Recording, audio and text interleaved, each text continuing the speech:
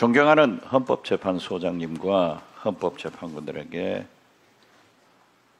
다시 한번 국민을 대표해서 존경의 말씀을 올립니다. 헌법재판소는 이 나라 민주주의를 살렸고 대법원은 국민을 배신했습니다. 우리 민주당이, 여당이 대법원의 국정감사 때 요구를 한 것은 왜 그렇게 절차를 무시하고 다른 재판은 느림보 거북이처럼 하면서 이 재판은 우사인 볼트처럼 7만 쪽의 기록도 보지 않고 이틀 만에 결정했는가?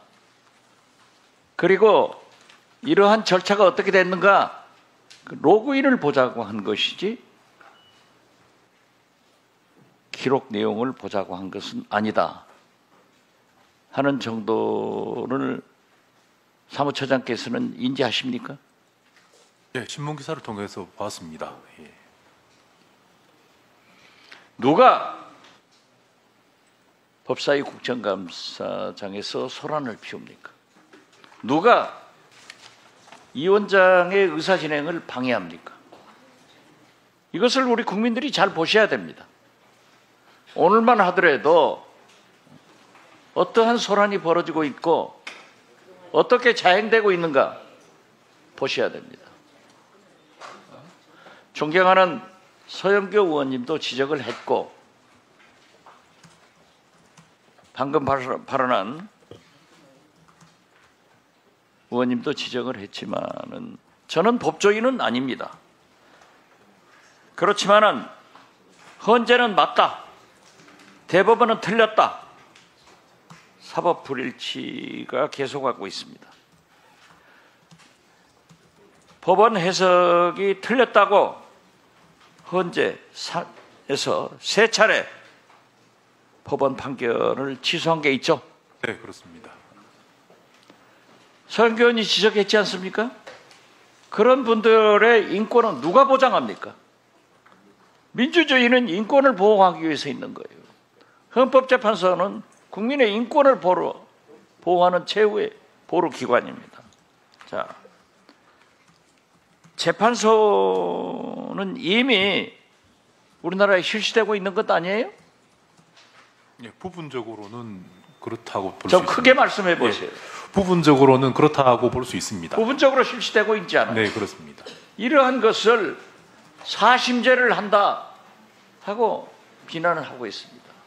그러나 저는 헌법재판소를 존경하지만은 한덕수, 내란 부두목 3,600명 가둬놓을 수 있는 교도소 방을 만들어 놓고 더 만들어라고 한 박성재, 이런 사람들의 파면을 기각시킨 것은 오게티다 이렇게 생각합니다. 만약 박성재처럼 3,600명 더 만드는 감옥소에 있으면은 여러분들은 다 감옥에 우리 민주당 의원들과 함께 가 있는 거예요. 저분들은 다 출소할 거예요.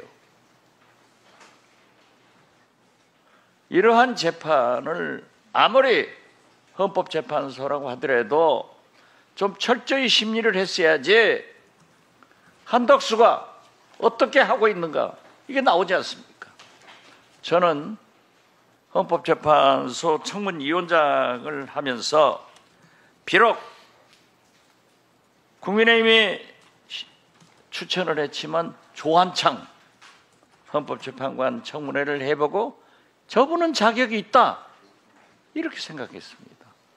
민주당이 추천한 전계현, 마은혁, 전계선, 마은혁 다 자격이 있었잖아요.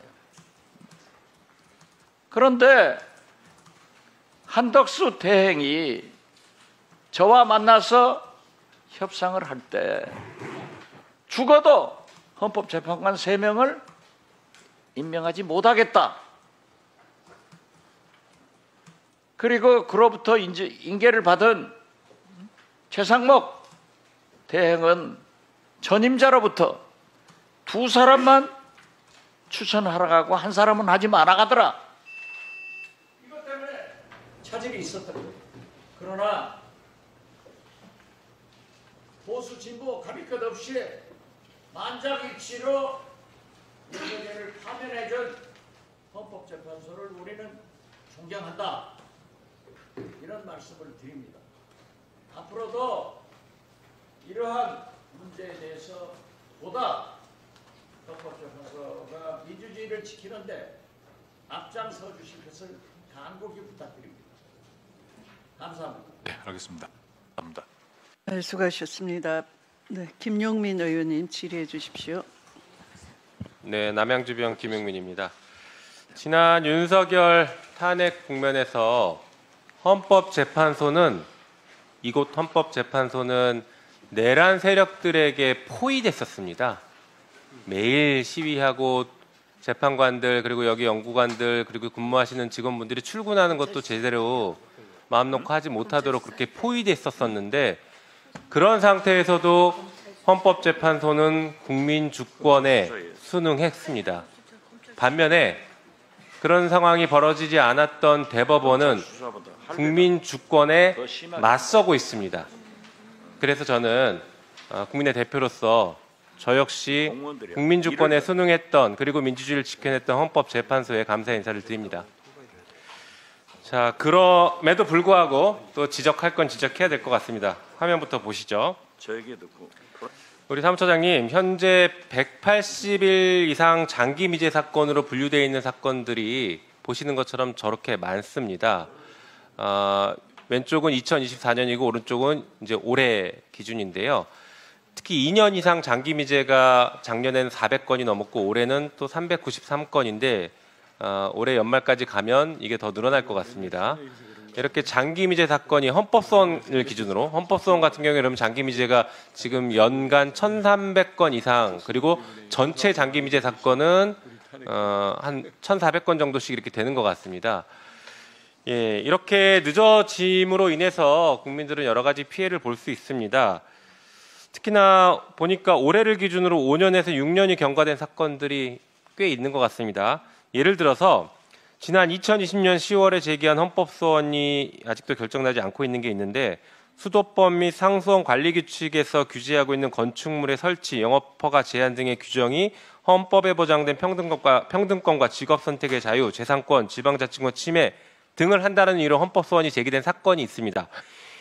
이 사건이 아직도 결정이 안 되고 있고 다른 사건 마찬가지죠. 그러니까 그 사이에 국민들이 이 사건 하나만 바라보면서 정말 계속 고통을 받고 있습니다. 헌법재판소에 아주 많은 사건들이 중요한 사건들이 있지만 또 국민의 삶을 돌아봐야 되고 챙겨야 되는 이런 장기 미제 사건들에 대해서 헌법재판소가 빠르게 결정을 내려야 될 것이라고 생각합니다. 네, 알겠습니다. 그렇게 하시겠습니까? 네. 네. 또 다음 한번 보실까요? 아까 탄핵 얘기가 많이 나왔는데요. 지금 헌법재판소가 윤석열 탄핵 인용한 것 이외에는 대부분 기각을 하고 있습니다. 그런데 기각했던 사건들이 지금 어떻게 진행되는지 아십니까? 다음 보여주시죠. 자, 보시는 것처럼 이상민 헌재에서 기각했더니 그 뒤에 내란을 저질러 버렸습니다. 그래서 구속 기소됐죠. 안동환 같은 경우에 대법원에서 공소권 남용이 인정된 상태였습니다. 이정석 같은 경우에 기각했지만 불구속 기소했죠. 그리고 이진숙 같은 경우에도 기각했지만 수사 중이고 또 법원에서는 행정소송에서는 이진숙이 권한을 남용했다라고 다 패소하고 있습니다. 왜 헌재만 오면 이런 것들이 자꾸 기각되는지, 특히 이제 검사들에 대해서 계속 기각이 되고 있죠. 박성재 수사 중이죠. 그리고 한덕수 불구속 기소됐습니다. 자, 이런 것들이 뭐 여러 가지 이유가 있겠지만 헌재가 지나치게 그 탄핵에 대해서 요건을 까다롭게 보는 것도 있는 것 같습니다. 그러나 다른 이유가 또 있는 것 같습니다. 지금 헌법재판소에 검사 몇 명 파견되어 있습니까? 3명 파견되어 있습니다. 그렇죠. 제가 지난 21대 국회에서 그러니까 2020년 국정감사에서도 같은 문제를 지적했습니다. 헌법재판소에 검사가 파견되어 있다 보니 당시 헌법소원과 관련해서 형사사건, 검찰이 처분한 사건에 대해서 인용률이 낮을 수밖에 없는 것 아니냐, 그쪽 눈치를 볼 수밖에 없는 것 아니냐, 혹은 그쪽 당사자 입장만 전달되는 거 아니냐라는 문제 제기를 했는데 거기에 대해서 조치를 취하겠다고 하셨지만 아직까지 취해지지 않고 있습니다. 그러다 보니까 지금 검사 탄핵에 대해서 잘 아시는 것처럼 검사들이 집단 반발하고 있습니다. 예를 들면 뭐 부장 검사들이 성명을 내고 차장 검사들도 성명 발표를 했고 평검사 200명은 반대 성명 발표하고 막 이랬습니다. 그리고 탄핵 대상 검사들을 지원하기 위해서 검사동호회에서는 변호사비까지 주려고 규칙을 개정하려고까지 했었습니다. 이런 분위기 속에서 헌재에 파견되어 있는 그 검사 3명이 과연 제대로 된 입장을 얘기할 수 있겠느냐. 당연히 계속 반대했겠죠. 검사 탄핵하면 안 된다라는 여러 가지 방해 작전을 폈을 거라고 저는 생각합니다. 자유롭게 어렵다고 봅니다. 그러니까 검사 파견 빨리 철회하시고 헌법재판소에 독자적인 판단을 하기 위한 구조를 만드셔야 될 것 같습니다. 네, 알겠습니다. 네, 수고하셨습니다.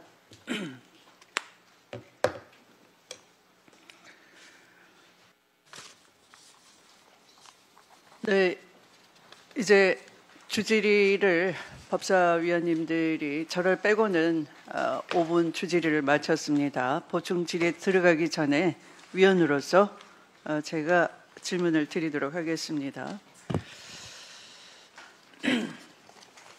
이 내란을 극복할 수 있게끔 한 헌법재판소에 우선 감사를 드립니다. 현재의 사법부는 내란 방조 사법부라고도 할 수 있습니다. 내란 당시에는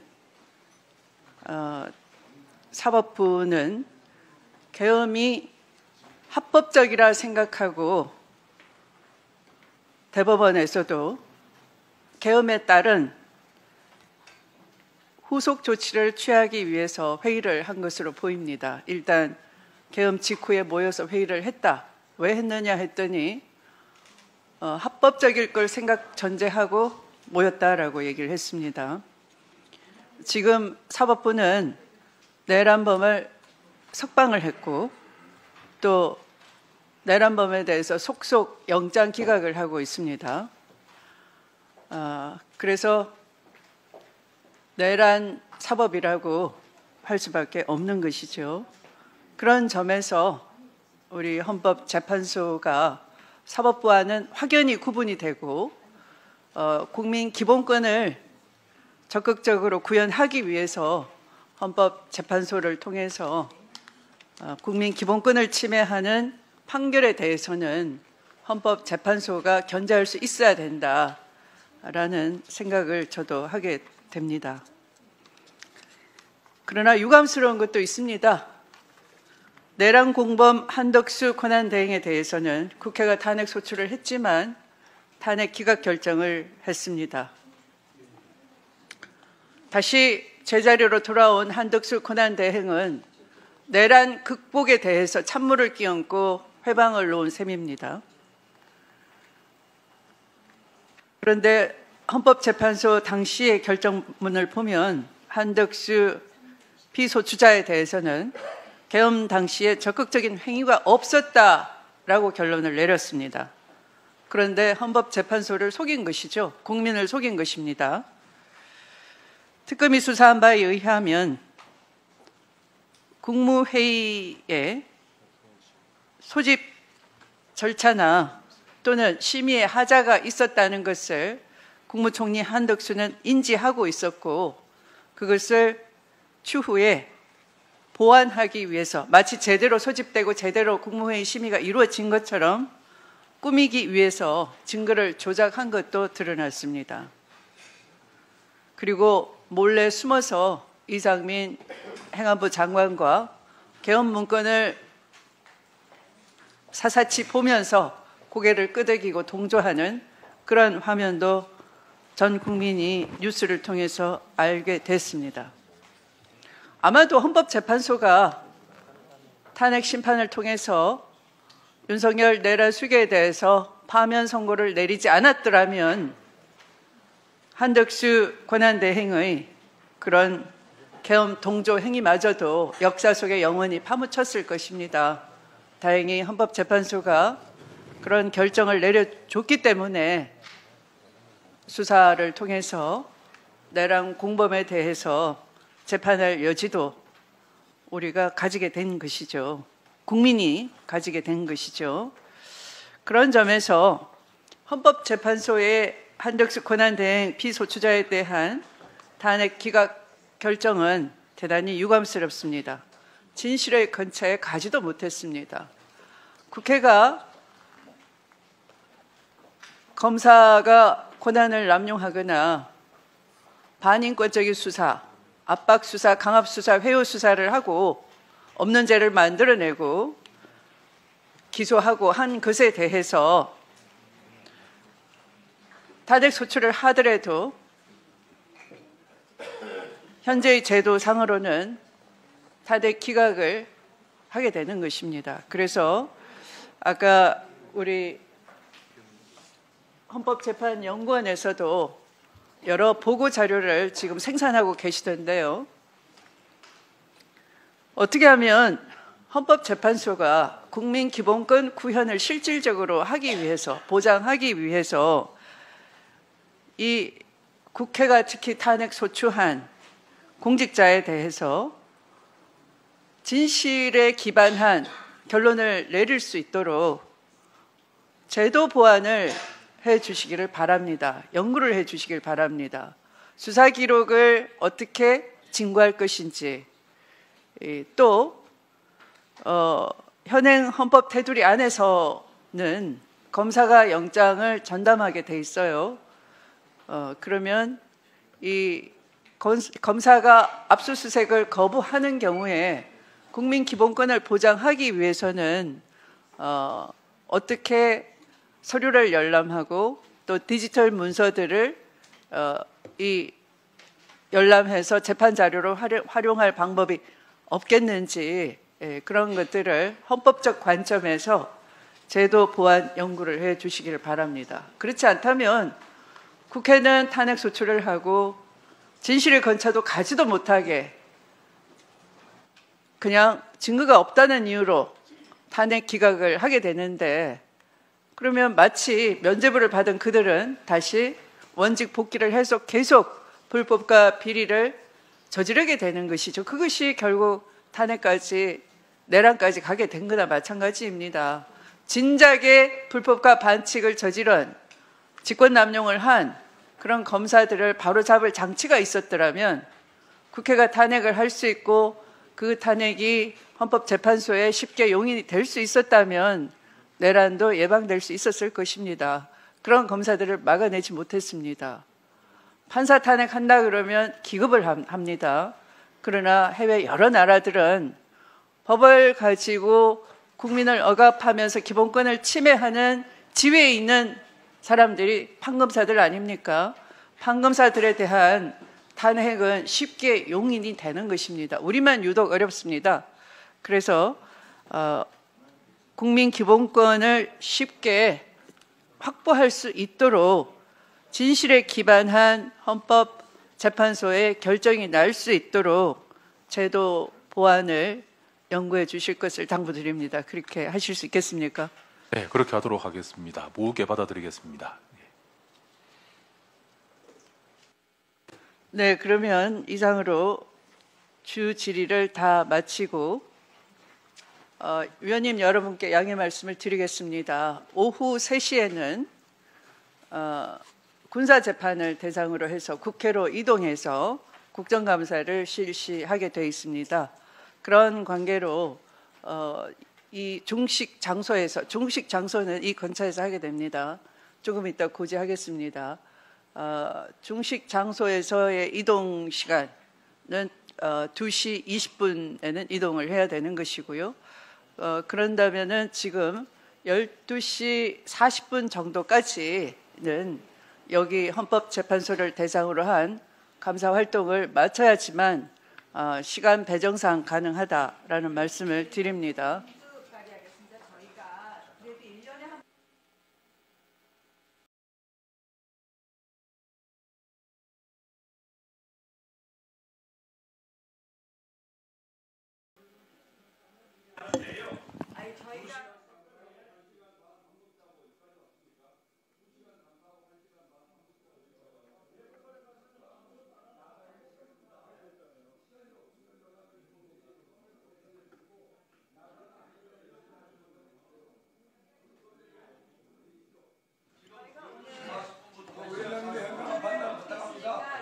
자, 제가 사전에 그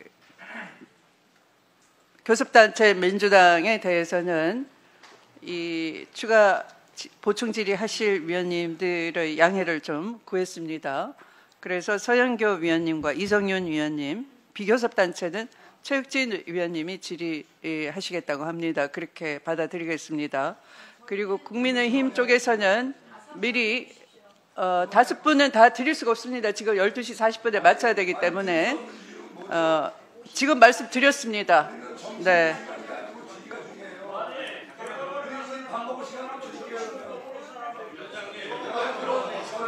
자, 그러면 제가 네, 그럼 시간이 자꾸 가니까 3분 드리겠습니다. 4명은 안 되겠고 시간상 안 됩니다. 자, 3분을 드리겠습니다. 그러면 자, 서영교 의원님 먼저 질의하시고 그 사이에 3분 명단을 주십시오.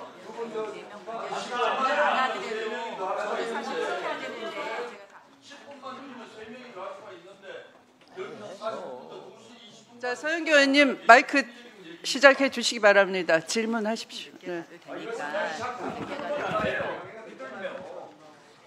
예, 서영교 국회의원입니다.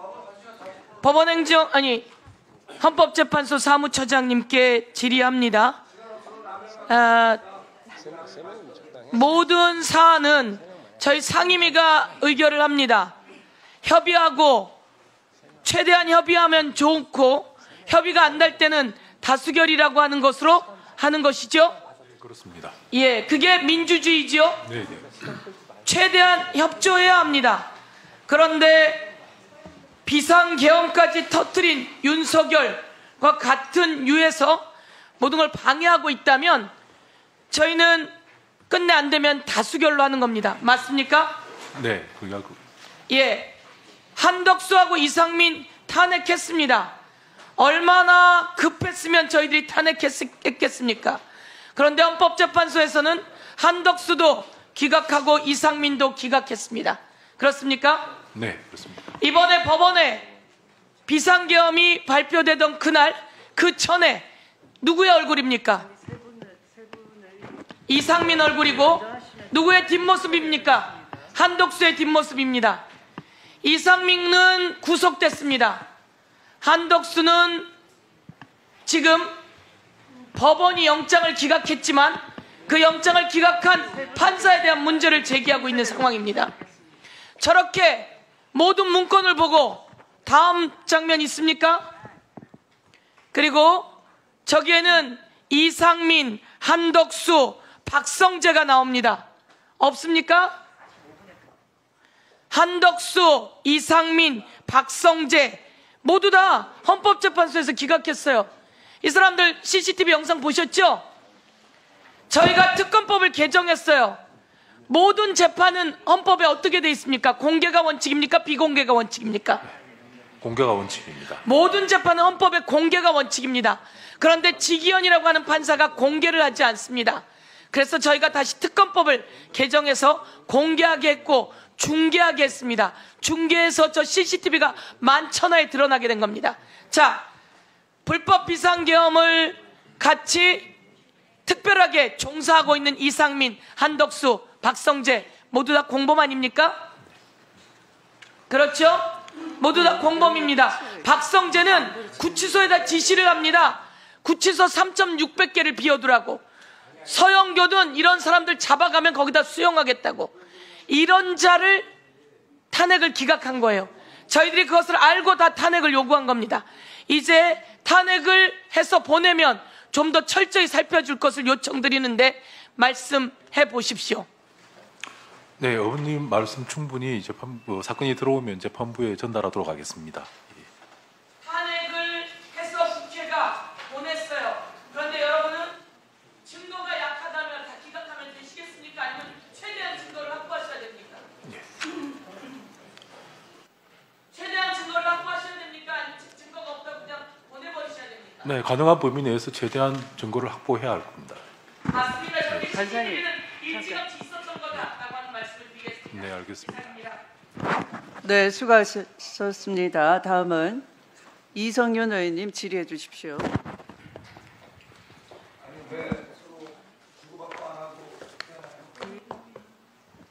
지금 순서가 어떻게 되는 거예요? 예, 사무처장님. 서울이 수도라는 것은 질의 순서가 불문 헌법에 해당한다. 뭐 하는 거예요, 이게? 이게 2004년도 헌재 결정입니다. 네, 그렇습니다. 그런데 최근 아니, 파면 선고를 한 헌법재판소까지 문영배 와서 전 소장님께서는 이게- 이렇게 말씀하셨어요. 당시 헌법재판관이 모두 수도권 출신으로 구성되어 있어서 지역 법관 출신이 한 명이라도 있었으면 새로운 논거와 관점이 제시되면서 결론이 달라질 수도 있었을 것 같다. 이렇게 말씀하셨습니다. 아십니까? 네, 언론 보도를 들은 것 문영배 같습니다. 예, 소장님의 지적은 현재 그 서울 중심적 사고를 지적한 것입니다. 지금 현재 재판관님들이 다 사시는 곳이 서울인 거, 수도권인 거 알고 계시죠? 네, 그렇습니다. 저는 현재의 서울 중심적 사고를 고쳐야 한다고 생각합니다. 현재가 서울을 떠나야 한다고 생각합니다. 제가 작년 헌법재판소에 서면 질문을 했는데 그 답변을 보겠습니다. 현재 소재지는 국민의 헌법재판에 대한 접근성과 편의성 등을 종합적으로 고려해야 된다. 이렇게 답변을 주셨어요. 네. 소장님도 동의하십니까? 이게 그 유일한 헌법기관이기 때문에 그 점은 충분히 고려가 돼야 될 부분이라고 그런데요. 생각합니다. 네. 저는 여러 번 말씀드리지만 국민의 접근성과 편의성을 고려한다면 지방으로 가야 한다고 생각합니다. 지역으로. 만약에 서울에 있으면 서울의 사람들만 접근성이 좋지 다른 지역의 사람들은 접근성이 편리하지가 않습니다. 예를 들면 부산에 사는 사람들은 헌법재판소에 오려면 400km를 와야 되고 전주에 사는 분들은 250km를 와야 됩니다. 정말 이런 헌법재판 논리대로라면 지역으로 가는 게 맞다고 생각합니다. 이런 수도권 중심적인 사고를 벗어나게 한 사례도 있습니다. 오스트리아는 헌법에 헌법재판관 14명 중 3분, 예비재판관 6분 중 2명은 수도 빈이 아니라 지역에서 거주해야 된다. 이런 규정이 있습니다. 알고 계십니까? 처음 듣지만 처음 들었습니까? 예, 그렇습니다. 이게 바로 거주지가 수도 빈에 있으면 네, 네. 수도권 중심적인 사고를 한다는 이걸 반영한 겁니다. 네, 네, 알겠습니다. 독일 헌법재판소 아시죠? 네. 이게 칼스루헤주에 있습니다. 네. 왜 그러냐면 수도권 중심적인 사고를 하지 않기 위해서 그런 겁니다. 네, 네. 저는 이제 헌법재판소가 서울을 떠나야 한다고 생각합니다. 헌법재판소가 지역으로 옮기겠다고 선언을 해주시면 정말 5천만 국민들이 다 감동을 받을 것입니다. 저는 일찍이 헌법재판소를 지역으로 옮겨한다는 법안을 냈습니다. 특히 전주는 동학혁명의 반외세, 반봉건 정신이 나와 있고 3.1운동 정신의 원류가 되었습니다. 그리고 대한민국 임시정부 그리고 대한민국 이 법통까지 이어지는 원류가 바로 정신적 고향이 전주입니다. 네, 수고하셨습니다. 다음은 송석준 의원님 질의해 주십시오.